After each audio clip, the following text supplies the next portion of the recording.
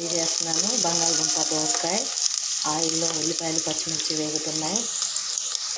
Curry కోసం బంగాళదుంపలు, దోసకాయ ముక్కలు, టమోటాలు, కరివేపాకండి. బంగాళదుంపలు వేసి నూనెలో ఫ్రై చేస్తున్నాను. తర్వాత ఇందులో ఉప్పు పసుపు వేసుకోవాలి. పసుపు వేస్తానండి, ఉప్పు వేస్తున్నాను. ఈ దుంపలు ఇవన్నీ కలపాలి బాగా.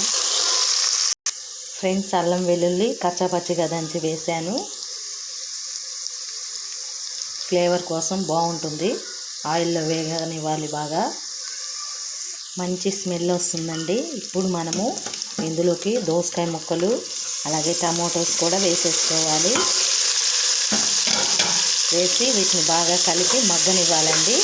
ఈ దోసకాయలో వాటర్ ఉంటుంది కాబట్టి వాటర్ అంతా కూడా చక్కగా ఉడుకుతుంది వీటన్నిటికి పట్టి. తర్వాత మనము లాస్ట్లో కారం వేసుకుందాం.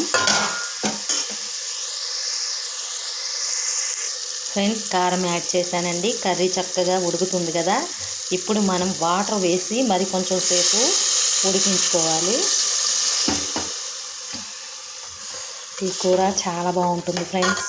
చపాతీలోకైనా కూడా సూపర్గా ఉంటుంది. అన్నంలోకైనా కొంచెం లాస్ట్లో కొత్తిమీర వేసుకుంటే అద్భుతంగా ఉంటుంది.